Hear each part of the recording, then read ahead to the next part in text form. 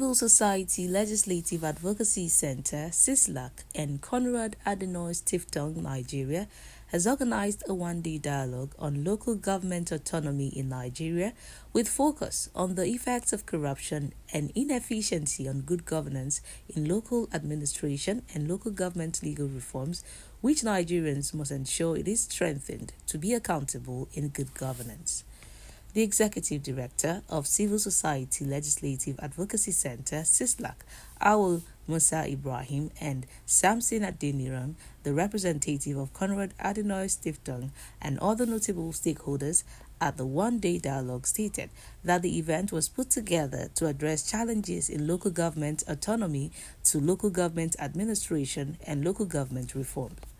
The one-day event recognizes the critical role of local governments as the third tier of government in Nigeria's federal system and the need to advance engagement towards its efficiency for effective delivery of governance to Nigerians, especially at the grassroots level. We need to seriously look into the administrative process, of local governance in Nigeria. So since we are following constitutional democracy, it means that the governors or any other person must comply with the decision taken by the court of law in this country, and failure to do that, it shows the impunity, it shows the disregard of the rule of law in Nigeria, and therefore Nigerians have to resist and have to demand for responsible governance and for governance that will help to deliver good governance and uplift people at grassroots level. Democracy.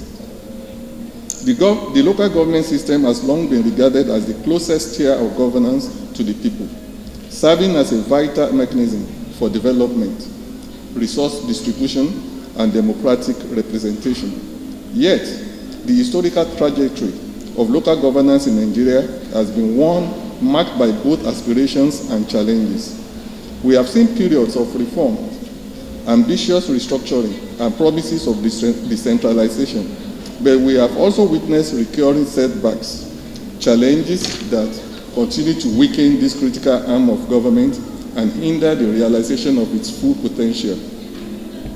One of the most formidable obstacles to effective local governance remains corruption and inefficiency.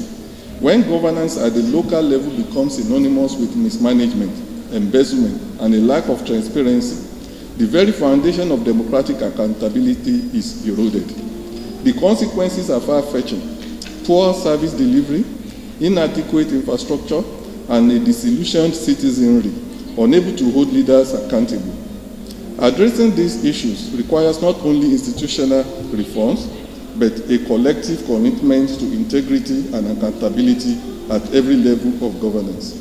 Other stakeholders at this one-day dialogue stated, out of the autonomy of local government in accordance with Section 7 of the Constitution and going by the ruling of Supreme Court on July 11, 2024, which directly transferred all resources to local government. Hence, it was resolved that time has come for Nigerians to focus on activating the office of citizens and put local government on their toes and perform oversight functions for accountability purpose. I agree totally with you that the time has come, going by the Supreme Court ruling of July 11, 2024, that has directly transferred all resources apportionable to local governments directly to them, no longer through their state government. Then the time has come for all Nigerians to now begin to focus on activating the office of the citizen, so that the local government areas are put on their toes, significantly checked, and the oversight performed with a view to ensuring that there is value for money.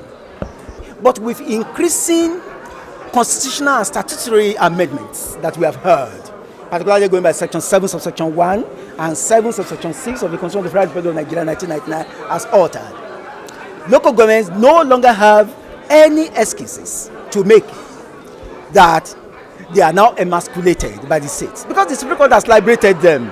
They have been so liberated now that they have at least fiscal autonomy by which they can pursue their budgets. You cannot have a centralized unitary system in a federal structure. So I take an exception to that. What we need to do is to alter the Constitution to grant financial autonomy to state independent electoral commissions. part of the problem of state independent electoral commission is that they are routinely dissolved, even when they are supposed to be a statutory body. And my own advocacy is that put SEC on the Consolidated Revenue Fund of the state. If you do that, they draw their funds directly from the moment the budget is passed. They will plan.